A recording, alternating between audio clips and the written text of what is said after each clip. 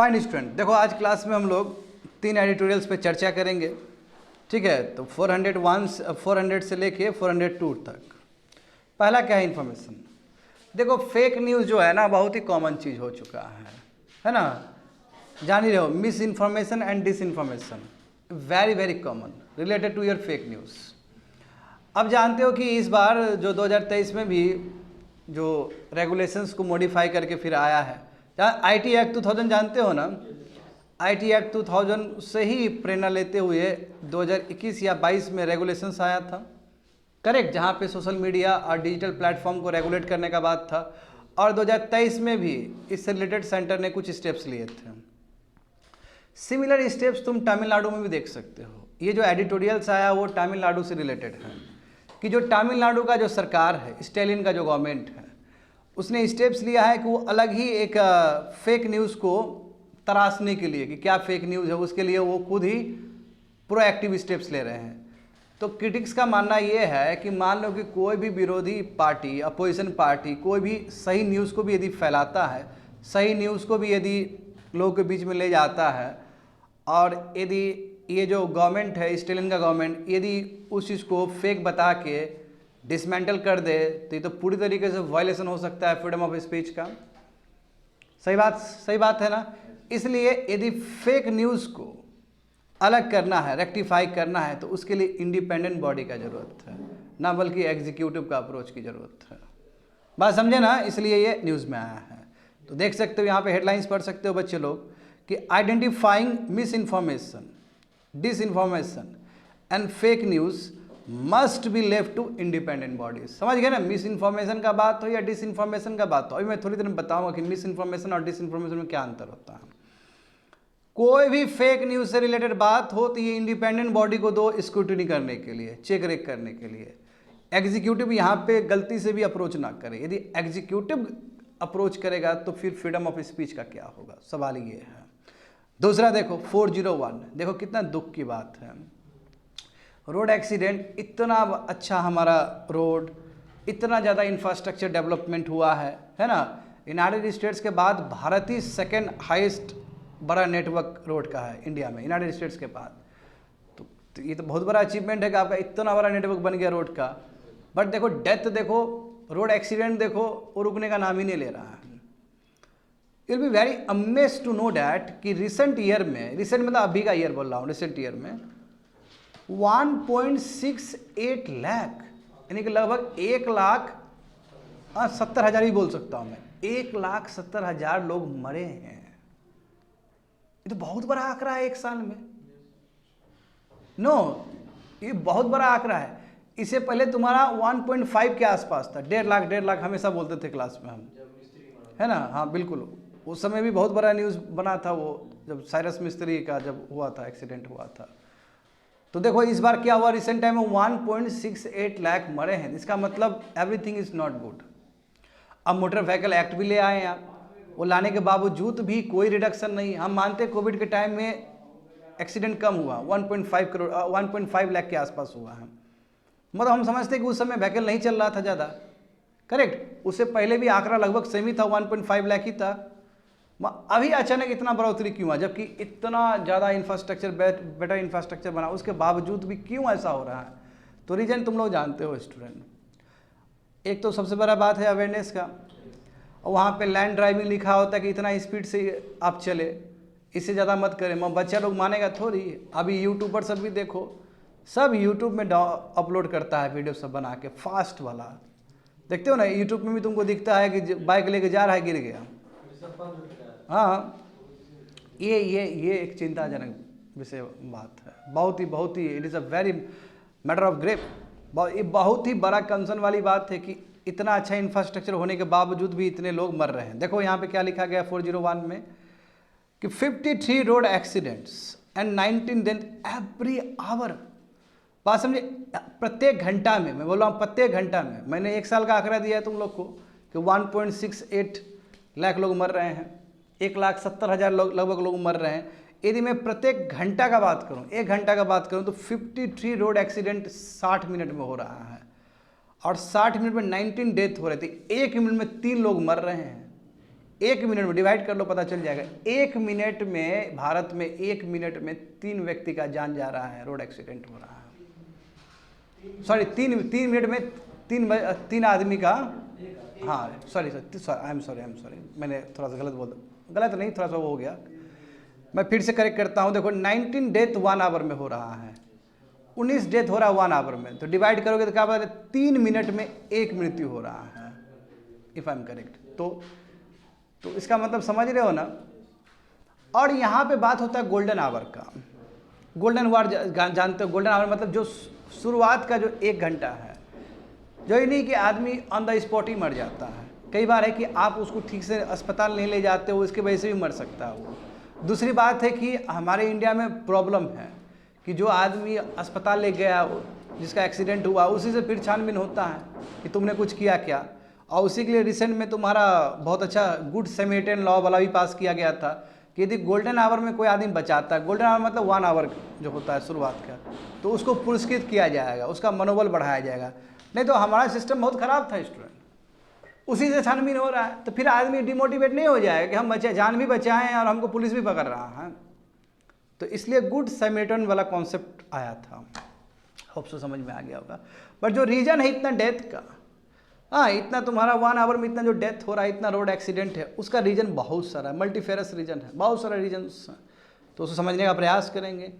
And 402 देखो, 402 देखोगे, हाँ कार्बन बॉर्डर टैक्स है ना, कार्बन बॉर्डर टैक्स है कि नहीं बताओ तो, जो यूरोपियन यूनियन लगा रहा था, हाँ लगेगा बिल्कुल 2026 से लागू हो जाएगा ये। देखो ये जो कार्बन बॉर्डर जो टैक्स लग रहा है, ये एक तरह से नॉन टैरिफ टैक्स बन जाएगा आने वाले समय में। नॉन टैरिफ जानते हो, टैक्स कैन बी 2 टाइप्स, एक टैरिफ बैरियर हो सकता है, एक तुम्हारा नॉन टैरिफ बैरियर हो सकता है। टैरिफ बैरियर मतलब क्या कि बहुत इंपोर्ट ड्यूटी लगा दी, इंपोर्ट ड्यूटी बहुत ज़्यादा लगा दोगे तो बाहर सामान नहीं आ पाएगा। जैसे मान लो कि पहले बाहर से सामान आने में आपको 5 रुपया टैक्स लगता था, और अब 10 रुपया लगेगा, तो बाहर से सामान नहीं आ पाएगा क्योंकि कॉस्टली हो जाएगा, वो खुद ही नहीं बेचेगा, तो उसको बोलते हैं टैरिफ बैरियर। हाँ जो बच्चे लोग नए हो, जिसको बुद्धि नहीं है, वो सुनो अच्छे से, that's called tariff barrier. Non tariff barrier can be many types. Non tariff barrier में क्या है कि आप इतना ही सामान बेच सकते हो। नॉन टैरिफ बैरियर, मान लो कि पोर्ट में बहुत सारा तुम्हारा डॉक्यूमेंट से रिलेटेड बात हो, तो वो भी एक तरह से नॉन टैरिफ बैरियर है कि बहुत सारा आपको फिलअप करना होगा फॉर्म सब। और तीसरा जो ये कैटेगरी है कि कार्बन बॉर्डर टैक्स, ये भी नॉन टैरिफ में ही आएगा यदि ठीक से समझोगे। यानी कि आपका कंट्री में जो बन रहा है प्रोडक्ट, उसके वजह से कितना कार्बन डाइऑक्साइड इक्विवेलेंट इमिट हो रहा है। यदि बहुत ज़्यादा हो रहा है तो उस हिसाब से टैक्स लगेंगे आपके ऊपर। तो कई क्रिटिक्स ये कहते हैं कि यूरोपियन यूनियन को कोई अधिकार नहीं है कार्बन बॉर्डर टैक्स लगाने का। इसलिए अधिकार नहीं है क्योंकि यही यूरोप है जिसने इतना ज़्यादा पल्यूट किया है। ये लोग हिस्टोरिकल पल्यूटर हैं। और 1990 रियो समिट का क्या होगा, जहाँ पे बताया था कॉमन बट डिफरेंशियल रिस्पॉन्सिबिलिटी, पूरा वर्ल्ड का ही जिम्मेदारी है कि प्लानेट अर्थ को बचाने का ग्रीन हाउस गैसेस से। मगर ये जो जिम्मेदारी है ये अलग अलग जिम्मेदारी है। जो डेवलपिंग कंट्री है उसके ऊपर ज़्यादा जिम्मेदारी नहीं है जितना जिम्मेदारी तुम्हारे डेवलप कंट्री पे, क्योंकि डेवलप कंट्री ने तो वो स्पेस खा लिया, जला जला के वो डेवलप कंट्री बन गया। जलाने का मतलब वही इंडस्ट्री, थर्मल पावर प्लांट, बात समझे ना। और अभी इस तरह का प्रपोजल लेके आए तो इसका मतलब इसके दिल में कुछ भी हमदर्दी नहीं है डेवलपिंग कंट्री को लेके। एट द सेम टाइम जो रियो सबमिट हुआ था कॉमन बट डिफरेंशियल रिस्पॉन्सिबिलिटी, उस चीज़ को लेके भी ये लोग का दिमाग में वो नहीं है। और दूसरी बात ये है कि ये लोग पेरिस एग्रीमेंट में बोला था कि हम $100 बिलियन का राशि देंगे डेवलपिंग कंट्री को, याद है ना? कहाँ दिया? हम टेक्नोलॉजी ट्रांसफ़र करेंगे, कहाँ दिया? तो तुम खाली इकोनॉमिक्स के बहाने तुम डेवलपिंग कंट्री को घेरे जाओ, उसको तुम और डेवलप होने मत दो, ये तो गलत स्ट्रैटेजी है ना। हाँ, इन्वायरमेंट पॉइंट ऑफ व्यू से आपका बात सही है कि कोई भी इंडस्ट्री पोल्यूटेड है और बहुत ज़्यादा ही कार्बन इमिट कर रहा है कोई भी प्रोडक्ट के लिए, स्टील के लिए, एल्यूमिनियम के लिए, तो ठीक है उस पर टैक्स लगेगा। इन्वायरमेंट पॉइंट ऑफ व्यू से सही समझ में आता है। मैं एट व्हाट कॉस्ट? आप तो खुद ही करके बैठे हो, पहले आप तो खुद ही करके बैठे हो नहीं सब चीज़। और दूसरी बात है जिस कंट्री के साथ FTA साइन हुआ है, फ्री ट्रेड एग्रीमेंट साइन हुआ, उसको तो आप फ्री में ले लोगे, उसमें तो आप बैरियर भी नहीं लगा। जैसे बांग्लादेश के साथ FTA साइन है, वियतनाम के साथ FTA साइन, इसलिए तो बांग्लादेश का सामान और वियतनाम का सामान तुमको यूरोपियन यूनियन में बहुत नज़र आ जाएगा, यूरोप में पूरा लदा हुआ नज़र आ जाएगा। मगर जहाँ तक सवाल है इंडिया का सामान, तो इंडिया का सामान नहीं है क्योंकि हमारा FTA साइन नहीं है वहाँ।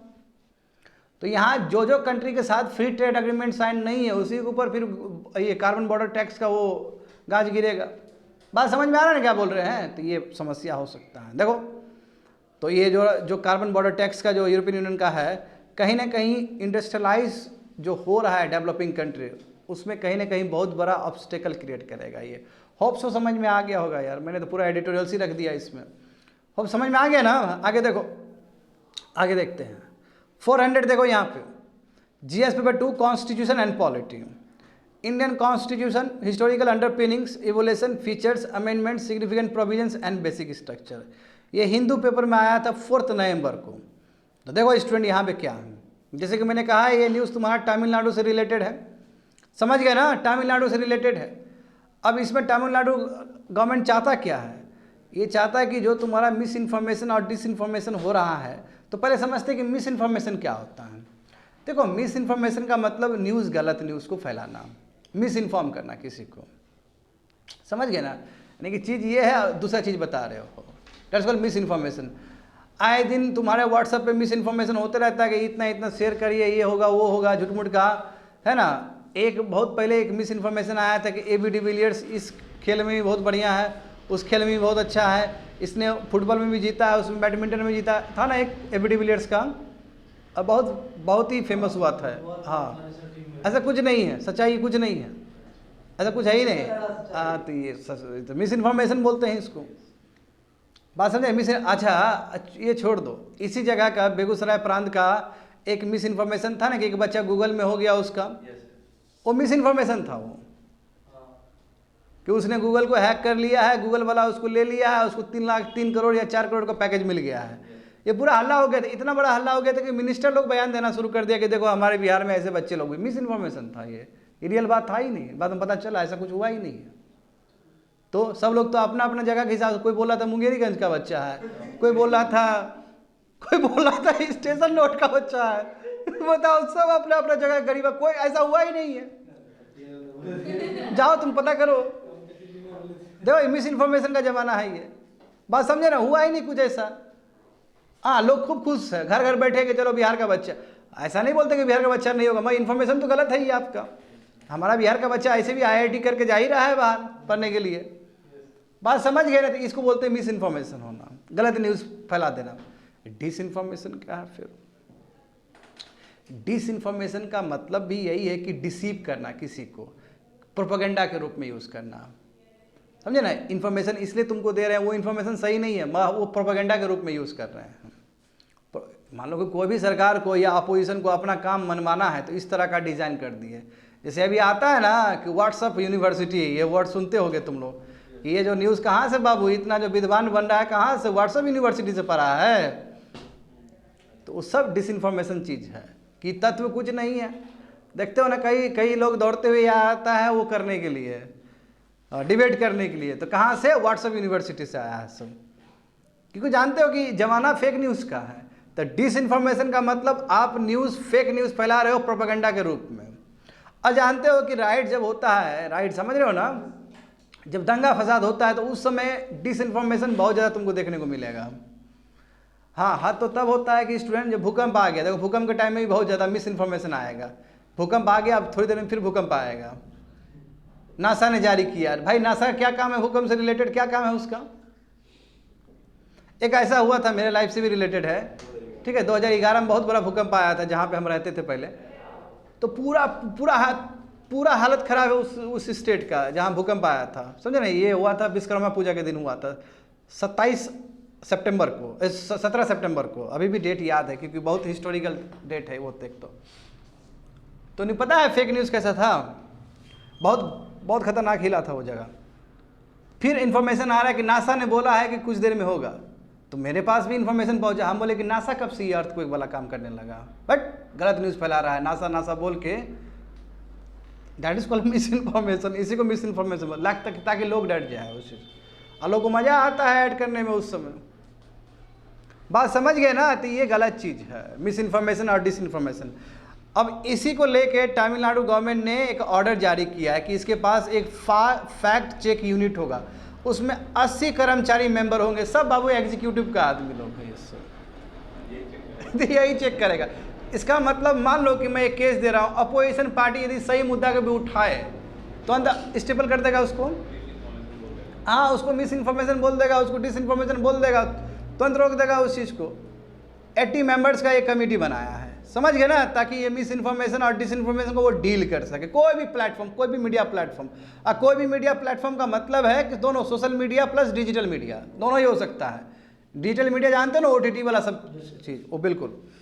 देखो इस यूनिट के पास इतना था, ये 100 मोटो कॉग्निशन ले सकता है, अपने आप ले सकता है। बताओ, ये तो जुडिशरी वाला काम कर रहा है, बात समझे। 100 मोटो पावर है इसके पास, खुद ही ले सकता है हाथ में, बात समझे। अलग अलग जगह से वेरियस सोर्सेज से वो करके 100 मोटो पावर है इसके पास कि खुद ही घसीट सकता है जो भी दोषी पाए जा रहे हैं। देखो बोला गया कि एक सेंट्रल टास्क फोर्स होगा चेन्नई में, चेन्नई कैपिटल है जानते हो, एक सेंट्रल टास्क फोर्स होगा इसके लिए, और इंफॉर्मेशन एनालिस्ट होगा हर डिस्ट्रिक्ट्स में। तो हर डिस्ट्रिक्ट्स में इंफॉर्मेशन एनालिस्ट वो चीज़ को सेंस करेगा, कलेक्ट करेगा, और जो हेड क्वार्टर होगा इसका कहाँ पे होगा, तुम्हारा चेन्नई में होगा। अब देखो जो भी इंफॉर्मेशन आएगा उसके हिसाब से 2 भाग में डिवाइड करेगा, यानी कि जो भी कंप्लेंट आएगा उसको 2 भाग में डिवाइड कर, एक एक्शनेबल पुल में और एक नॉन एक्शनेबल पुल में। एक्शनेबल पुल का मतलब क्या है कि उस पर एक्शंस लिए जाएंगे वो फेक न्यूज़ की वजह से, चाहे वो मिस इन्फॉर्मेशन वाला बात हो या फिर डिस इन्फॉर्मेशन वाला बात हो। तो यदि एक्शनेबल पुल का बात हो तो इसका मतलब क्या है कि वो कंप्लेंट क्या है, एक्शन, उस पर एक्शन लिया जाएगा, फिर पुलिस अथॉरिटी को भेज दिया जाएगा, जाओ फला फला को उठा के लेके आओ। अरे वो गलत बात है ना, कभी भी पुलिस जाती है तो पुलिस, देखो पुलिस कैसे जाती है, cognizable offence and non cognizable offence, संज्ञान। देखो कई ऑफेंस ऐसा होता है, जैसे किसी ने मर्डर किया तो उसमें वारंट की जरूरत नहीं है, जाओ धरो उसको ले जाओ। किसी ने हीनियस क्राइम किया तो उसमें यू डोंट रिक्वायर वारंट। हाँ कई बार होता है कि कुछ क्राइम ही नहीं किया है बट वारंट है तो आप वारंट दिखा के लाओगे। मैं यहाँ कुछ नहीं है, बात समझे। जो एक्शनेबल पुल में आ गया कंप्लेंट, पुलिस अथॉरिटी जाएगी, अपना लीगल एक्शन ले लेगी। हाँ जैसे देखो इसमें कहा गया ना, इसमें देखो कि जो फैक्ट चेक यूनिट है वो सब इन्फॉर्मेशन देखे, चाहे फेसबुक का हो, इंस्टाग्राम का हो, एक्सट्यूब हो, यूट्यूब हो, सब टोटल, या फिर डिजिटल प्लेटफॉर्म, वो सब का ये देखेगा इन्फॉर्मेशन सब। आज कोई भी फेक न्यूज़ है उस हिसाब से ये कार्रवाई लेगा। 2 भाग में डिवाइड करें, एक्सटर्नल पुल और नॉन एक्सटर्नल पुल। एक्सटर्नल पुल जहाँ पे लीगल अथॉरिटी को भी लगा दिया जाएगा, पुलिस अथॉरिटी को भेजा जाएगा वो एक्शन लेने के लिए। अच्छा क्या ये नया चीज़ है? तो नया चीज़ बिल्कुल भी नहीं है, सेंटर कर चुकी है चीज़। IT एक्ट 2000 आया था कि नहीं आया था, उसी से पावर डिराइव करके 2021 में भी रूल्स और रेगुलेशंस बने थे, और उसको थोड़ा अमेंड करके 2023 में भी लाया गया है। देखो अर्लियर दिस ईयर जनवरी फरवरी में हुआ था कि जो इन्फॉर्मेशन टेक्नोलॉजी रूल 2021 का जो है उसको अमेंड किया गया, और मिनिस्ट्री ऑफ इलेक्ट्रॉनिक्स और IT के पास भी इस तरह का फैक्ट चेकिंग यूनिट है, जैसे भी तमिलनाडु में बनाया गया। तो कह सकते हो जैसे सेंटर बिहेव कर रहा है उसी तरह तुम्हारा स्टेट भी बिहेव कर रहा है। अब बहुत सारा स्टेट बोला है कि हम भी करेंगे, जैसे जस्ट लाइक कर्नाटका भी बोल रहा है कि हम भी इस तरह करेंगे, क्योंकि अभी पूरा जमाना फेक न्यूज़ का है। मत करिए, अच्छी बात है, आप मत करिए ना, आप ये होने दीजिए, आप इंडिपेंडेंट बॉडी खड़ा करिए इसके लिए। नहीं तो आप एग्जीक्यूटिव यदि ये रोल प्ले करेगा तो फिर जुडिशरी का क्या काम फिर? अरे भाई सजा देना काम किसका है? जुडिशरी का ना है जी, वो भी काम यदि एग्जीक्यूटिव करेगा तो ठीक नहीं है। देखो सेवरल पार्टीज जैसे editor guilds of India among other challenge. देखो जो IT रूल्स आया था ना, तो बहुत सारे पत्रकार हो गए, बहुत सारे हमारे TV जर्नल्स हो गए जो जाने माने हैं, जो बहुत ही पढ़े लिखे हैं, उन्होंने चैलेंज किया कि ये तो IT रूल्स गलत थे। एक तो आप IT एक्ट को इस तरह वहाँ से पावर डिराइव करके IT रूल्स ला ही नहीं सकते हो, उसके लिए पहले आपको अमेंडमेंट करना पड़ेगा वो एक्ट में, तब जाके ये रूल्स और रेगुलेशन होगा। तो इस चीज़ को लेकर तो बहुत पहले भी बखेड़ा खड़ा हुआ था, बात समझे। दूसरी बात है कि आखिर जुडिशियल स्क्रूटिनी नहीं है ना, सेंटर में भी जुडिशियल स्क्रूटिनी नहीं है, वे ऑफ अपील होना चाहिए ना। यदि मान लो कि एग्जीक्यूटिव हमको पकड़ता है, चाहे वो सेंट्रल एग्जीक्यूटिव हो चाहे स्टेट एग्जीक्यूटिव, चलो बिहार में तो नहीं है ऐसा, मैं बोल रहा हूँ कि इनकेस मान लो कि आने वाले समय में बिहार में भी हो जाता है तो हमको पकड़ा, ठीक है, मगर मेरे पास वे ऑफ अपील होना चाहिए। हम मुजरिम नहीं है, हमको जुडिशरी में जाना है, या हमारा जो केस पे हमारा कार्रवाई करा तो उसका स्क्रूटिनी तो करना पड़ेगा ना। क्या भरोसा भाई, हम कुछ भी बोल रहे हैं, कुछ भी पकड़ के लेके हमको, गलत है ना। तो सरकार तो जान ही रहे हो, सरकार कभी भी दबा देगा कोई भी वॉइस को। तो ये स्टेट एक गलत एग्जाम्पल है स्टेट के द्वारा, ऐसा नहीं करना चाहिए। देखो तो लिखा गया, देखो कि इस तरह का जो इस्टेब्लिशमेंट है, इस तरह का फास्ट चेक यूनिट फैक्ट जो भी है, इस तरह का जो इस्टेब्लिशमेंट है, क्यों ये डेंजरस? तो डेंजरस इसलिए स्टूडेंट कि जानते हो कि गवर्नमेंट जो है वो इंटरेस्टेड पार्टी है, यानी कि कोई भी चीज़ गवर्नमेंट के विरोध में आ जाएगा तो वो तुरंत सप्रेस कर देगा। और यहाँ पे मामला तो गवर्नमेंट से ही लड़ने के लिए सोशल मीडिया सब भी है ना, अपना बयान देने के लिए। तो यदि गवर्नमेंट के अगेंस्ट कोई भी ओपिनियन होगा तो उसको ख़त्म कर देगा ये। ऐसा भी तो होता है गवर्नमेंट के अगेंस्ट बहुत सारा आपका ओपिनियन सही भी तो हो सकता है। जैसे मान लो, ऐसे बोलना नहीं चाहिए, नीतीश कुमार ने कल क्या बयान दिया पता चला ना तुम लोग को? हाँ, परसों क्या बयान दिया वो तुम लोग छुपा हुआ नहीं है। यदि मैं क्रिटिसाइज कर दूं इस बात पे और हमको यदि अंदर डाल दिया जाए तो समझ रहे हो ना क्या कितना बड़ा बात हो जाएगा। अभी इंडिया में कितना बवाल हो गया, उसको बुद्धि नहीं है, अब क्या नहीं है पता नहीं क्या हो गया उस समय। इस तरह का बयान कैसे दे सकता है कोई, वो भी इतने बड़े लीडर्स, सीएम है और प्लस नेशनल लेवल का पॉलिटिक्स में भी। हाँ, तो फिर आपको तो समझ के नहीं बोलना चाहिए। और उस संसद में महिला भी तो बैठी हुई थी, हाँ, विधानसभा में महिला बगल में बैठी हुई थी। अब शर्मनाक बात यह है कि बगल में बैठ के सुन रहा है और हंस रहा है, तो सबसे बड़ा तो दुखदायक चीज़ ये है। तो ये मामला छोटा मामला नहीं रहा, ये मामला बहुत, ये अलग बात है कि अगला दिन जाके उसने माफ़ी मांगा है, मगर माफ़ी मांगने से क्या होगा? इस कद का नेता यदि इस तरह का बात करे तो जो झुटपुटिया नेता है उसको क्या मैसेज जाएगा? और आप सीएम हो, और ये अब पहली बार का सीएम नहीं हो, आपने बहुत लंबा अभी तक का शायद आई थिंक सबसे लॉन्गेस्ट सर्विंग में आ सकता है वो। हाँ, बिहार के मतलब होंगे, पहले भी होंगे, बिल्कुल मैं बिहार के बोल रहा हूँ, बिहार कॉन्टेक्स्ट में। इससे पहले भी बिहार के कांग्रेस वाले लोग सब हुए थे पिछले बार, वो गिरते गए, वो अलग बात है। जैसे हमारे श्री कृष्ण बापू भी तो बहुत लंबा समय तक किए थे, वो मैटर नहीं है। मैटर ये है कि कितना लंबा समय तक किए हैं। मैं कोई जीके का नहीं पढ़ा रहा हूँ तुम लोग को, मैं ये बोल रहा हूँ इतना लंबा समय तक कोई सीएम रहा है, राज्य को चलाया है, गरिमा है, उन्होंने महिला उत्थान के लिए क्या नहीं काम किया है ना? काम तो बहुत अच्छा किया है महिला लोग के लिए। इस तरह का डेरोगेटिव स्टेटमेंट, अब देखो अब मामला क्यों लेके आए हैं इस चीज़ को।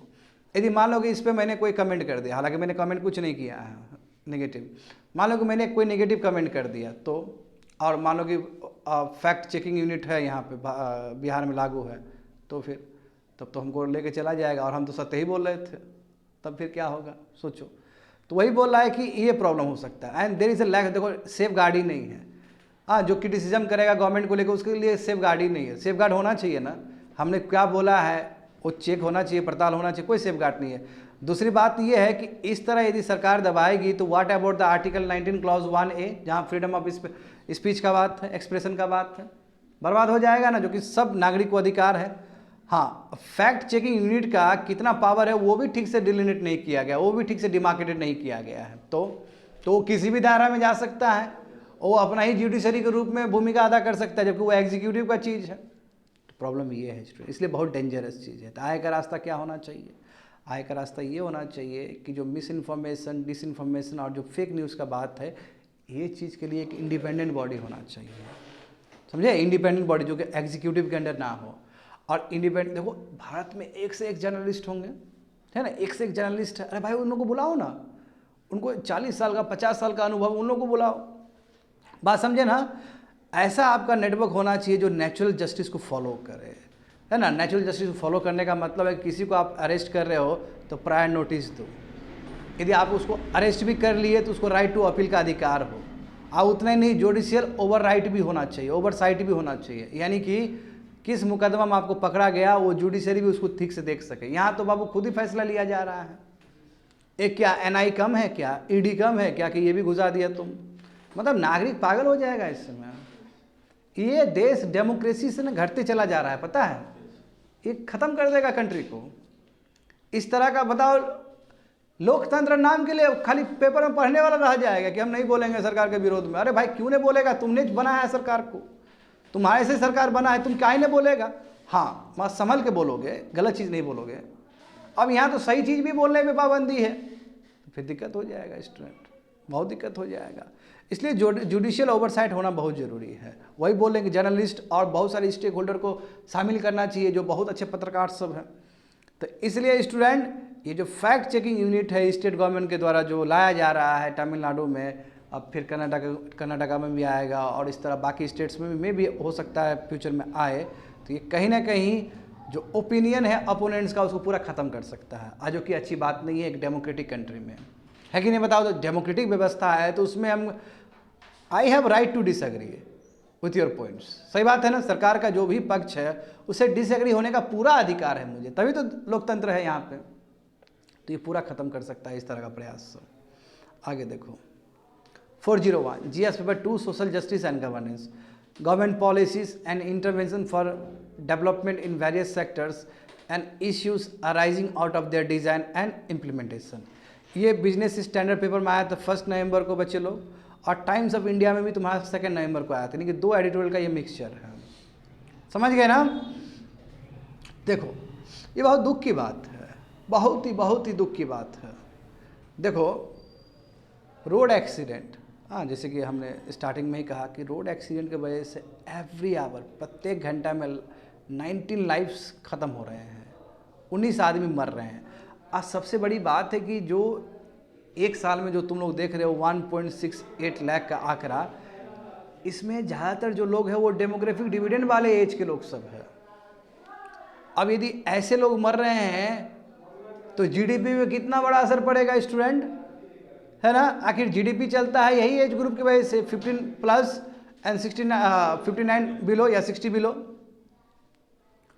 और इसमें से जो एक्सीडेंट हो रहा है उसमें लगभग 80% यही ग्रुप के लोग सब हैं। तो फिर बात समझ रहे हो, मैटर इसलिए बड़ा मैटर है। देखो ओवरऑल 2022 का लेते, क्योंकि 2023 तो ख़त्म नहीं हुआ है, तो लेटेस्ट वाला जो ईयर है 2022 का ही होगा।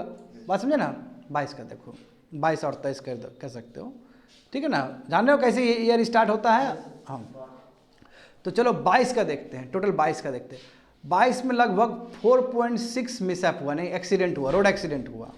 मैं फैटिलिटी का बात कर रहा हूँ, मरने वाला का बात कर रहा हूँ, रोड एक्सीडेंट का बात नहीं कर रहा हूँ। रोड एक्सीडेंट में कितने लोग मरे उसका 1.68, मैं एक्सीडेंट कितना हुआ 4.6 लाख एक्सीडेंट हुआ, लगभग 5 लाख एक्सीडेंट हुआ, मिसा मतलब एक्सीडेंट हुआ, और उसमें से कितने लोग मरे हैं 1.68 लाख मरे हैं।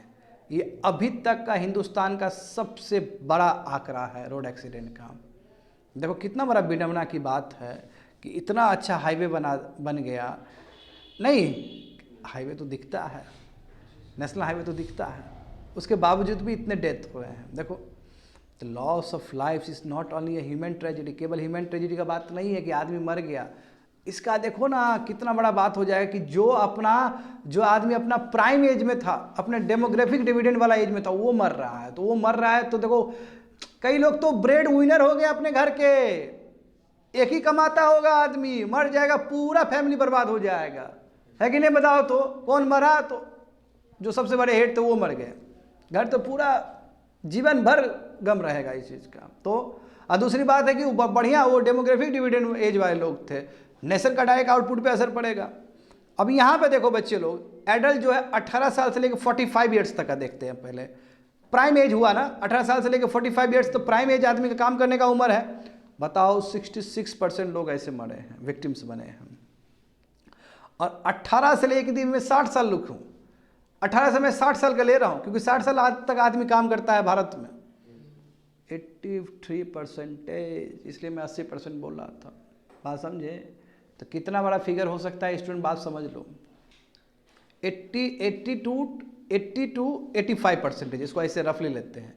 80 से लेकर 85% यदि मृत्यु होता है डेमोग्राफिक डिविडेंड एज वाले लोग का, तो ये बहुत बड़ा क्षति है कंट्री के लिए। बात समझ गए ना। और देखो सबसे बड़ा हिट फ्रॉम द बैक, आखिर हुआ क्या, पीछे से हिट करना, है ना। आप गाड़ी चला रहे हो, पीछे से कोई हिट कर दिया, या हेड ऑन कॉलिजन, या फिर आप जा रहे हो उधर से भी आ रहा है। ये दो के वजह से बहुत ज़्यादा ये लीडिंग कॉज है रोड एक्सीडेंट जो 2022 में हुआ है। आगे देखो इसमें, जैसे कि हम लोग जानते हैं कि एवरेज के हिसाब से लेते 53 एक्सीडेंट्स हो रहा है एवरी आवर, और उसमें 19 डेथ हो रहे हैं।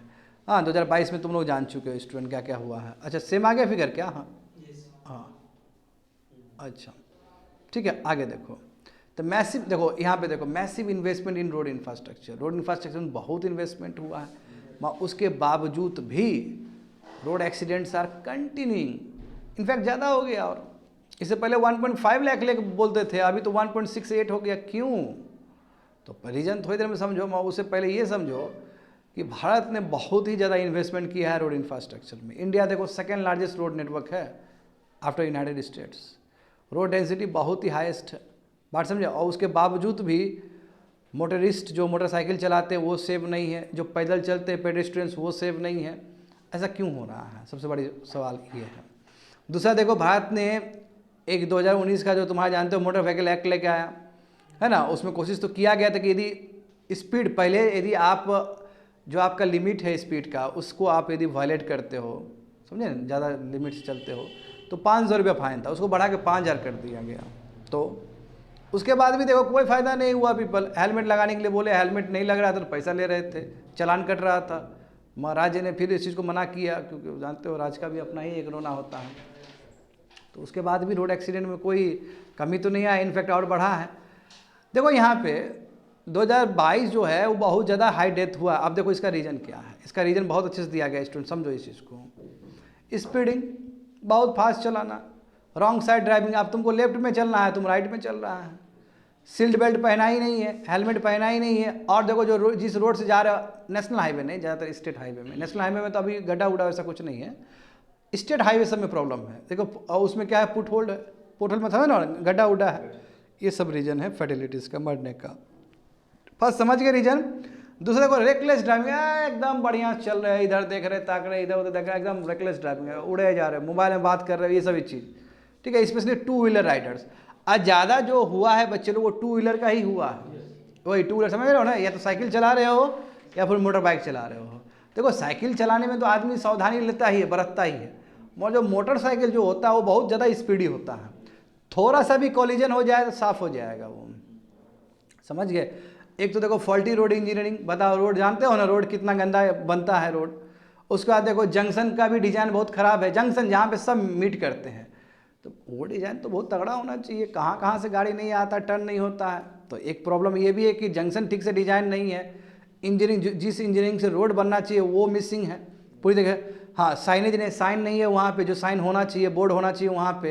हापाजार्ड प्लानिंग, देखो स्टेट हाईवे तो ऐसे आंख बंद करके बनाया जा रहा है सब, सिटी रोड लैंड्स ये सब ठीक से नहीं है जो बनना चाहिए सब, तो ये भी एक बहुत बड़ा रीज़न है। दूसरा देखो lack of land discipline. Land discipline का मतलब क्या है, अरे भाई वहाँ पे लिखा रहता है कि इतना इतना स्पीड में आपको चलना है, लिखा रहता है ना, ऐसे देखे छोड़ दिए, कुछ नहीं, चलते रहो। कई जगह पे ये भी देखो, कई जगह भांगड़ सब जाओगे तो लिखा रहता है कि अंदर प्रवेश मत करिए, ये जगह बहुत खतरनाक है, 6 बजे के बाद प्रवेश नहीं किया जाता है, 5 बजे के बाद प्रवेश नहीं होता है ना, ये देख के और आदमी घुसेगा अंदर। आदमी को बोलो कि ये काम नहीं करना तो वो करेगा ही करेगा। तो फिर वहाँ पे लिखा रहता है कि आपका 50 से स्पीड ज़्यादा ना चलाए, है ना, वो फॉलो नहीं कर रहा है। ड्रंकन ड्राइविंग, एकदम पी लिया है, तेरा बड़ा भाई चलाएगा गाड़ी, बड़ा भाई तो फिर जाएगा ना, बड़ा है तो इसलिए पहले जाएगा वो, तो हो गया। अंदर गाड़ी बाबू अंदर कर लिया, लाउड म्यूजिक पंजाबी वाला म्यूजिक बजा लिया है, पूरा दिए जा रहा है, गटके जा रहा है, और उसको क्या, वो तो पायलट हो गया ना थोड़ी देर के लिए। अब वो पायलट एक ही बार भवानी घर में मिलेगा वो डायरेक्ट आप तुमको। इतना भी जोश ठीक नहीं है, थोड़ा बचा कर रखो, अगले बार भी पीना है, थोड़ा बचाओ। क्या आदमी लोग है यार, देखे हो ऐसे लोग को, नहीं दिखेगा, चला जाएगा वो सब, देखो। तो एक तो लैंड डिसिप्लिन नहीं है, drunken driving, weather and road condition. देखो कई बार फॉगी वाला आएगा ना, अभी जानते हो ना कि जब फॉगी वाला जो आता है मौसम, यही दिसंबर का ही टाइम होता है, हालत ख़राब हो जाएगा, दिखता ही नहीं, हेड ऑन कॉलिजन हो जाएगा। तो एक ये भी प्रॉब्लम है। दूसरी बात है केयरलेस ना, जो आदमी पैदल जा रहे हैं बाबू, उसको तो लगता है कि उसका अपना ही घर है वो पूरा। हम पहले क्रॉस करेंगे, रुकिए। पीछे तो धक्का मार दे, कोई मतलब नहीं, आप समझ हो ना, ये अच्छा ठीक नहीं है, यू हैव टू वेट। तो एक तो केयरलेसनेस एटीट्यूड, समझे, पेडिस्ट्रियंस का, जो वॉकिंग, जो ध्यान कहीं और है, कहीं पे चल रहा है, समझे ना, क्रॉसिंग रोड ठीक से क्रॉस नहीं कर रहा, रॉन्ग प्लेस में वो रोड कर रहा है, देगा उसको बढ़िया से। तो ये सब मेन प्रॉब्लम है जिसकी वजह से रोड एक्सीडेंट्स हो रहे हैं। अब 2022 का अक्टूबर का देखो स्टूडेंट, सरकार ने बोला कि हम रूल्स लाएंगे रोड सेफ्टी के लिए, ताकि रोड सेफ्टी इंप्रूव हो, है ना। इसमें देखो कमर्शियल ट्रक ड्राइवर जानते हो ना, उसको लिए बोला गया था कि आपका लिमिट फिक्स है। देखो होता क्या है कि ट्रक ड्राइवर्स वो बहुत लंबा यात्रा करता है, वो निकलेगा तमिलनाडु से दिल्ली जाएगा, वो एकदम रात रात को ट्रैवल करता है, तो कम से कम उसका एक लिमिट फिक्स होना चाहिए। अब वो सब हमेशा पिया रहता है, अधिकतर टाइम तो पिया रहता है, क्योंकि उसको लंबा ट्रैवल करना, उसका ही मजबूरी समझो, थकान रहता, मगर उसके साथ एक होना चाहिए ना एक आदमी साइड में, उसका एक लिमिट है। तो वही देखो, इसने बोला था कि कमर्शियल ट्रक ड्राइवर्स के लिए बोला था कि आप इतना इतना ही फिक्स, इतना ही आप चला सकते हो, समझे ना। हाँ, स्लीप डिटेक्शन सेंसर को भी इंस्टॉल करने का बात था कि नींद लगे, झपकी लगे तो तुरंत आपको वो सावधान कर दे। ये भी बात किया गया था कमर्शियल व्हीकल्स सब में, मगर देखो कोई भी चीज़ को ठीक से लागू नहीं किया गया और एक्सीडेंट है कि थमने का नाम ही नहीं ले रहा है। तो क्या करें? तो जाहिर सी बात है, जिस तरह का प्रॉब्लम उस तरह का सोल्यूशन होगा आपका। तो क्या, how to reduce such fatalities? तो दूसरी बात है कि जो मोटर व्हीकल्स एक्ट 2019 उसको आप स्ट्रिक्टली आप वो करिए, लागू करिए। बात समझे ना, आप स्ट्रिक्टली लागू करेंगे तो होगा। दूसरी बात है कि स्टेट गवर्नमेंट को भी रूल्स बनाने होंगे, स्पेशली ट्रक ड्राइवर्स के लिए। स्लीप डिटेक्शन सेंसर को लागू करना होगा कमर्शियल व्हीकल्स में, समझ गए। तीसरा ये कि वहाँ पे स्पीड डिटेक्शन सेंसर होना चाहिए। कोई भी जल्दी बहुत ही फास्ट चला रहा है तो सेंस कर लेगा। देखते हो यूनाइटेड स्टेट्स में कितना बढ़िया होता है, यूट्यूब पे आता है ना कि हाँ, देखते हो तुरंत चलान कट जाता है। और प्लस यूएस का देखते हो यूट्यूब में आता है कि क्या हुआ था, तो ओवर स्पीड, हाँ, तो फिर कोर्ट में वो कितना फेमस हो गए, वो बहुत फेमस है वो, तो है ना, बहुत अच्छा फैसला भी सुनाते हैं, बहुत मज़ा आता है उनका देखने में। तो देखो स्पीड डिटेक्शन सेंसर ये इंस्टॉल होना चाहिए, हैवी पेनल्टीज लेना चाहिए। और स्पेशली जहाँ पे रोड एक्सीडेंट ज़्यादा हो रहा है स्टूडेंट, बहुत सारा एरिया स्पॉट होता है ना कि जहाँ पे बहुत ज़्यादा एक्सीडेंट होता है, वहाँ पे लगाइए सभी चीज़, हाँ, स्पीड डिटेक्शन सेंसर सब। और वहाँ पे स्टिकर एक्शन लीजिए, पनिशमेंट लीजिए, पैसा लीजिए, पेनल्टी लीजिए उससे। हाँ, ट्रैफिक लाइटिंग ठीक से होना चाहिए, वॉक वे, अंडरपास, यानी कि आदमी लोग को, भाई आदमी लोग को गुजरने का एक अलग जगह चाहिए, है ना, सब वे चाहिए बिल्कुल साइड से, साइकिल के लिए भी अलग चाहिए, वो सब व्यवस्था क्रिएट करना होगा आपको। और दूसरी बात है कि देखो आदमी घर में बैठे बैठे लाइसेंस ले लेता है, ऐसे इतना आसानी से लाइसेंस नहीं मिलना चाहिए। बात है, लाइसेंस के लिए पहले देखे वहाँ पे ऑफिशियल देखे कि सच में इसको लुट बुद्धि है चलाने का, तब उसको दे लाइसेंस। पता चला है बाबू घर में बैठा हुआ है, हो गया।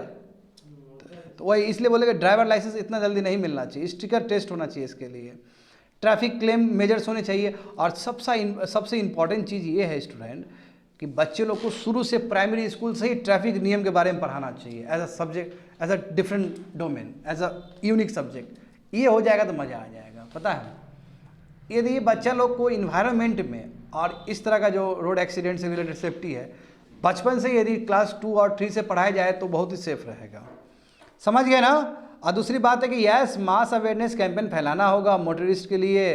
और टेक्नोलॉजी जितना लाओगे उतना ही पता चलेगा कि किसने किसने स्पीड को वायलेट किया था। वही डिटेक्शन सेंटर सब लाना चाहिए हमें, वो डिटेक्शन जो सेंसर सब है वो सब लाना चाहिए, तब जाके रोड एक्सीडेंट कम हो सकता है। नहीं तो अभी तो देख रहे हो ना, जितना चीज़ कर रहे हो उसके वजह से भी कुछ नहीं हो पा रहा है और दिक्कत ही दिक्कत हो रहा है। देखो यहाँ पे, हाँ, कार्बन बॉर्डर एडजस्टमेंट मैकेनिज्म, वही समझ रहे हो ना, ये यूरोपियन यूनियन का जो है GS paper 2 international relation, important international institution, agencies and फोरा, देयर स्ट्रक्चर एंड मैंडेट। ये हिंदू बिजनेस लाइन पेपर में आया था 22 अक्टूबर को। तो यहाँ पे देखो स्टूडेंट, मामला क्या है, कार्बन बॉर्डर एडजस्टमेंट मैकेनिज्म, ये समझ रहे हो और मामला क्या है। तो मैं थोड़ा सा एक बार और बताना चाहूँगा तुम लोगों को कि मामला है क्या। देखो यहाँ पे ध्यान दोगे बच्चे लोग, ये बहुत ही आने वाले समय में बहुत ज़्यादा न्यूज़ चलेगा इस पे, ऐसे भी ये खुल चुका है, ये ये न्यूज़ बहुत दिन से आ रहा है। बात समझो, कार्बन बॉर्डर एडजस्टमेंट मैकेनिज्म। अब देखो जैसे इंडिया है, इंडिया में जानते हो स्टील प्रोडक्ट होता है ना, एल्युमिनियम प्रोडक्ट, एल्युमिनियम का जो बनता है प्रोडक्ट सब बनता है। हमारे भारत में जो स्टील सब बनता है बहुत ही पोल्यूटेड स्टील सब है। ये सुनो अच्छे से समझो, ये समझो बच्चे लोग, इन्वायरमेंट का चीज़ है, थोड़ा समझो, अच्छे समझो। जैसे मान लो कि हम कोई प्रोडक्ट बना रहे हैं तो उसमें हम कार्बन डाइऑक्साइड कितना इमिट कर रहे हैं, या तो कार्बन डाइऑक्साइड इमिट कर रहे हैं या फिर कार्बन डाइऑक्साइड इक्विवेलेंट इमिट कर रहे हैं। बात एक ही है, बहुत सारे गंदगी निकलता है, ग्रीन हाउस गैसेस बहुत सारा हो सकता है ना स्टूडेंट, आखिर सबको हम कार्बन डाइऑक्साइड इक्विवेलेंट में ही नापते हैं, वही सबसे स्टैंडर्ड है। तो इसमें यही बोला गया। और देखो यूरोपियन यूनियन, यूरोप, चलो यूरोप तो मोस्ट डेवलप्ड कंट्री है, यूरोप में जिस मैकेनिज्म से बनाया जाएगा, जाहिर सी बात है वहाँ पे स्ट्रिक्टर इन्वायरमेंटल नॉर्म्स हैं, वहाँ पे लेबर नॉर्म्स बहुत स्ट्रिक्टर है, वहाँ पे टेक्नोलॉजी भी बहुत अच्छा है, और वो सब चीज़ हमारे भारत में मिसिंग है। तो लेट से वहाँ पे 1 टन ऑफ एल्युमिनियम बनाने में, एक एग्जांपल में बोल रहा हूँ, लेट से वहाँ पे 1 टन ऑफ एल्युमिनियम बनाने में 1 ton of carbon dioxide equivalent release हुआ। रिलीज तो होगा वहाँ पे भी, ऐसा नहीं कि पूरा जीरो ही रहेगा, वहाँ पे भी रिलीज होगा। मैं वही चीज़ इंडिया में बनाया गया। लेट्स से इंडिया में 1 टन ऑफ एल्युमिनियम बनाया गया, लेट्स एग्जांपल दे रहा हूँ, और इंडिया में कितना आ रहा है कार्बन इक्विवेलेंट 3 टन। वहाँ पे कितना आया 1 टन, यहाँ पे कितना आया 3 टन। डिफरेंस क्रिएट करो, कितना हुआ 2 टन। 2 टन एक्स्ट्रा करें, इसके ऊपर टैक्स लगेगा, यानी कि स्टैंडर्ड वो है, इसके ऊपर टैक्स माइनस करके टैक्स लगेगा। ये बात समझो, कल हम देख रहे थे इसका। होप तो समझ में आ गया। मैं दूसरी बात ये है कि आखिर डेवलपिंग कंट्री का ये भी तो एक रोना है ना, कि डेवलपिंग कंट्री इतना जल्दी वो फॉलो नहीं कर सकता है कोई भी चीज़ को, उसके पास टेक्नोलॉजी नहीं है। ये ड्यूटी था डेवलप कंट्री को कि उसको टेक्नोलॉजी ठीक से प्रोवाइड करे। अब पेरिस एग्रीमेंट में भी तो यही बात हुआ कि $100 बिलियन का राशि देंगे डेवलपिंग कंट्री को हम, ताकि वो काम कर सके। एडेप्टेशन एंड मिटिगेशन जानते हो बच्चे लोग, तुम लोग कितना बार बता चुके हैं। तो फिर तो कहीं ना कहीं ठीक है, इन्वायरमेंट पॉइंट ऑफ व्यू से जो यूरोपियन यूनियन लगा रहा है कार्बन बॉर्डर मैनेजमेंट जो भी टैक्स है, ठीक है अपनी जगह सही है, मगर इन्वायरमेंट पॉइंट ऑफ व्यू से सही है। इकोनॉमिक पॉइंट ऑफ व्यू से देखोगे तो तुमको दूसरा चीज़ नजर आएगा, तुमको लगेगा कि ये नॉन टैरिफ बैरियर के रूप में काम करेगा। बहुत सारे यूरोपियन यूनियन के साथ FTA भी साइन होगा बहुत सारा कंट्री का, बांग्लादेश हो गया, वियतनाम हो गया, उसको तो भाई बोलेगा कि हमारा वो पार्टनर है, ले लेगा उसका सम्मान। एक तो इसी तरह का सिमिलर हुआ था 2006 और 2007 में हुआ था, तो वहाँ पे इंडिया का जितना भी केमिकल एक्सपोर्ट है वो सब बर्बाद हो गया था। तो ये भी वही कगार पे। अभी देखो समझो इस चीज़ को कितना बड़ा असर पड़ने वाला हमारा इंडियन इकोनॉमी पे। देखो यूरोपियन यूनियन प्लान कर रहा है कि वो कार्बन बॉर्डर टैक्स लगाएगा, ठीक है, ये CBT बोलते हैं उसको, है ना। कौन सा मैकेनिज्म, वही कार्बन बॉर्डर एडजस्टमेंट मैकेनिज्म के अंतर्गत। कब से लगाएगा, जनवरी 1 2026 से शुरू करेगा। हाँ, इसका देखो असर क्या पड़ेगा कि could raise the cost of India's export by 20 to 35%। बताओ इतना ज़्यादा हमारा महंगा हो जाएगा कॉस्ट, क्यों भाई, टैक्स लगेगा अलग से। तो आपका 20 से लेकर 35% तक एक्स्ट्रा कॉस्ट लग सकता है भारत को। तो भारत कमाई क्या होगा, पूरा मार्केट बंद हो जाएगा भारत के लिए। और जितने भी कंट्री है जो पोल्यूटिंग कंट्री कह सकते हो, जो अपना सामान बनाता है कार्बन डाइऑक्साइड इक्विवेलेंट ज़्यादा इमिट करके, वो सब के लिए हालत ख़राब हो जाएगा। समझ गए ना। हाँ, अक्टूबर 2023 में देखो इंडिया एक्सपोर्ट, आप देखो अभी से ही हो गया, अक्टूबर 2023 आन गया जी। तो अभी से इंडियन जो एक्सपोर्टर है उसको सबमिट करना होगा डॉक्यूमेंट्स कि क्या क्या हर एक 2 मंथ में, कि हम किस तरह बना रहे हैं प्रोडक्ट, सब हमारा क्या क्या प्रोसेस इन्वॉल्व है, यहाँ पे किस तरह का इन्वायरमेंटल नॉर्म्स है, बात समझे, यहाँ पे कितना हम रिलीज़ कर रहे हैं, वो सब चीज़ तुमको 2 महीना में सबमिट करना पड़ेगा। बताओ, समझ रहे हैं ना। अब इतना प्रोसेसिंग करने में क्योंकि चेन सिस्टम ना है, सामान कहीं से आता है फिर वो कहीं जाता है, बहुत सारा का चेन सिस्टम होता है एक एल्यूमिनियम प्रोडक्ट बनने में भी। तो सब पे आप लिखित में दो, आप 2 महीना में सबमिट करो। तो European Union is likely to have verify अब इन प्लेस सुन टू बताओ, फिर वो वेरीफाई करने के लिए भी पहुंचेगा। तो एट प्रेजेंट देखो कहाँ कहाँ एप्लीकेबल होगा ये सब चीज़, स्टील में, क्योंकि बहुत पोल्यूटिंग इंडस्ट्री है, steel, aluminium, cement, fertiliser, hydrogen और इलेक्ट्रिसिटी। और आने वाले समय में और भी तुम्हारा इसमें और भी चीज़ ऐड हो जाएंगे। तो फिलहाल में 2026 में जो होगा स्टार्टिंग में, बात समझ गए ना, तो ये सभी प्रोडक्ट पे लागू होगा। वो किसके किसके ऊपर, स्टील पे, एल्यूमिनियम पे, सीमेंट पे, फर्टिलाइजर पे, हाइड्रोजन पे, इलेक्ट्रिसिटी पे, बात समझे। और आने वाले समय में क्या होगा कि और भी हॉरिजन बढ़ेगा इसका।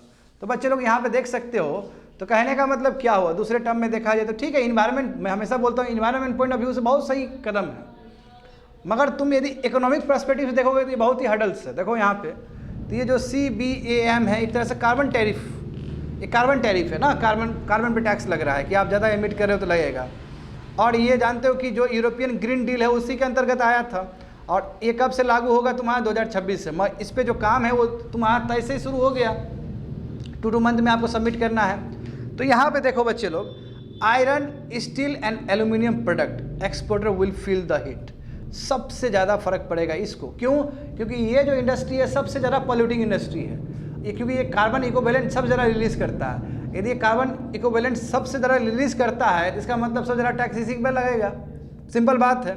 तो देखो ग्लोबल ट्रेड रिसर्च इनिशिएटिव का मानना ये है कि जितने भी कंट्री जो प्रोड्यूसर हैं आयरन का, स्टील का, एल्यूमिनियम, वो सबसे ज़्यादा हीटेड होंगे, सबसे ज़्यादा उसको प्रभाव पड़ेगा। हाँ, यूरोपियन यूनियन अकाउंट्स पर देखो जितने भी कंट्री है लगभग 30% में कह सकता, 30% एक्सपोर्ट यहीं पे होता है, यूरोपियन यूनियन में ही होता है। तो जैसे इंडिया हो गया, बहुत सारा कंट्री जैसे चाइना हो गया, ये सामान जाएगा ना यूरोप में, तो यूरोप कम से कम पूरा वर्ल्ड में कम से कम 30% यहीं पे आता है सामान सब, स्टील सब।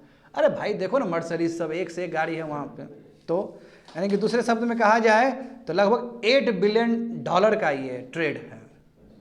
तो कोई भी कंट्री चाहेगा भाई ये ट्रेड में हम रहे, कोई भी कंट्री नहीं चाहेगा अपने आप को वंचित रखें इस चीज़ से। बात समझ गए ना। तो देखो अब आए क्या बढ़ेगा, ये देखो ये फिगर देखो तुम, tentative calculation about the impact of CBM। अब देखो बच्चे लोग सीमेंट पे, बताओ सीमेंट कितना खतरनाक है। देखो 90% तक टैक्स जा सकता है, बात समझो। नीचे दिखाया गया ना, tax as a percentage of product cost. नीचे देखो, नीचे से मतलब है हमको एल्यूमिनियम इनगॉट्स देखो 20% लग सकता है, बात सकते हैं, समझ रहे हो ना। स्टील देखो 22% लग सकता है।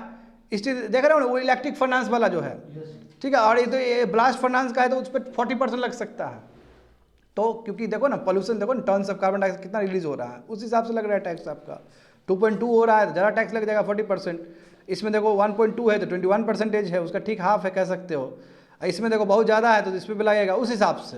हमारे स्टील में देखो, सीमेंट में देखो, सीमेंट में लगभग 90% तुम्हारा टैरिफ लग जाएगा, कार्बन टैरिफ। तो फिर क्यों सीमेंट जाएगा फिर वहाँ पे, कुछ कमाई नहीं होगा, नुकसान हो जाएगा आपका। आगे देखो तो व्हाट इज़ द क्रिटिसिज्म, क्या क्रिटिसिज्म है। तो जाहिर सी बात है, लोग बोलेंगे कि ये कुछ नहीं बाबू, नॉन टैरिफ बैरियर है, यूरोपियन यूनियन चाहता है कि उसका सामान नहीं आए, समझे। तो नॉन टैरिफ बैरियर है। और वही बात है कि जिसके साथ में FTA साइन है, फ्री ट्रेड एग्रीमेंट, वो तो मज़ा में रहेगा, उसको फ्री और तुम्हारा वो ग्रीन प्रोडक्ट बोल के वो घुस जाएगा उसके अंदर। जिसके साथ FTA साइन नहीं है उसको दिक्कत होगा। देखो इस तरह का घटना 2006 में भी हुआ था, और उसके वजह से हमारा जो केमिकल जो एक्सपोर्ट हो रहा था वो पूरी तरीके से कम हो गया, जीरो हो गया लगभग। तो इंडियन स्मॉलर फार्म्स को बहुत दिक्कत हुआ उस समय भी। तो इंडिया मस्ट रेजिस्ट, इसलिए इंडिया को ये जो CBAM जो कार्बन बॉर्डर वाला जो टैक्स एडजस्टमेंट जो टैक्स सिस्टम है उसको अपोज करना चाहिए, और उसको याद दिलाना चाहिए डेवलप कंट्री को, यूरोप को याद दिलाना चाहिए रियो समिट के बारे में, उसको याद दिलाना चाहिए पेरिस एग्रीमेंट में। रियो समिट में तो बोला गया था कॉमन बट डिफरेंशियल रिस्पॉन्सिबिलिटी। तो अब वो कहाँ गया भाई, तुम ही पॉल्यूटर है, तुम्हारे वजह से ही दुनिया अभी हालत ख़राब है। तुमने 1 साल 100 साल 150 साल जो तुमने किया है उसी की वजह से तो इतना बुरा हालत हुआ, और हम तो अभी स्टार्ट किए हैं। तो वही बोला कि इंडिया कोशिश करना चाहिए कि मल्टीलैटरल फोरम पे ये इशू उठाए, वो बताए principle of common but differential responsibility जो 1992 में रियो समिट से निकला था उस चीज़ को बोले। और दूसरी बात बोले कि यस डेवलपिंग कंट्री को भी पूरा अधिकार है इंडस्ट्रियलाइज करने का, क्योंकि ये कहीं ना कहीं कार्बन बॉर्डर वाला चीज़ ला के डेवलपिंग कंट्री को रोका जा रहा है कि ये इंडस्ट्रियलाइज ना हो, क्योंकि वो रातों रात बाबू ग्रीन एनर्जी में वो कन्वर्ट नहीं हो सकते। देखो ना अभी भी हम 75 to 80% हम अभी भी थर्मल पावर प्लांट से ही इलेक्ट्रिसिटी क्रिएट कर रहे हैं। तो फिर बात समझे। तो इस तरह का कार्बन टैक्स लगाना इंपोर्ट पे और डॉक्यूमेंटेशन चाहिए आपको, ये बहुत डिफ़िकल्ट है, बहुत ज़्यादा डिफ़िकल्ट है। आपको पेरिस एग्रीमेंट याद करवाना चाहिए कि हम बोले थे ग्रीन प्रोजेक्ट के लिए इतना इतना पैसा दिया जाएगा, क्या हुआ उसका। तो ये सभी मामला है। तो सबसे बेस्ट तरीका क्या है कि इंटरनेशनल प्लेटफॉर्म पे मुद्दा उठाओ। वही फिर से मैं दोहराना चाहूँगा, वही क्लाइमेट फंड के बारे में, ग्रीन क्लाइमेट फंड के बारे में याद दिलाओ उन लोग को, मिटिगेशन एडेप्टेशन के बारे में याद दिलाओ उन लोग को, टेक्नोलॉजी ऑफ ट्रांसफ़र का बात याद दिलाओ उसको, रियो समिट का दिलाओ, क्योटो प्रोटोकॉल जो भी है सब याद दिलाओ ताकि वो रहे। दैट्स इट, खत्म हो गया।